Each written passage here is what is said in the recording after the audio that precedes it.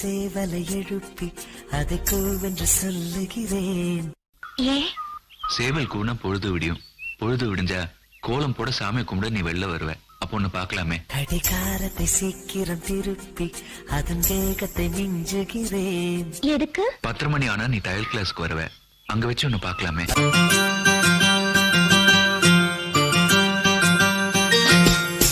அதிகாலையில் சேவலை எழுப்பி அதை கூவென்று சொல்லுகிறேன். கடிகாரத்தை சீக்கிரம் திருப்பி அதன் வேகத்தை மிஞ்சுகிறேன்.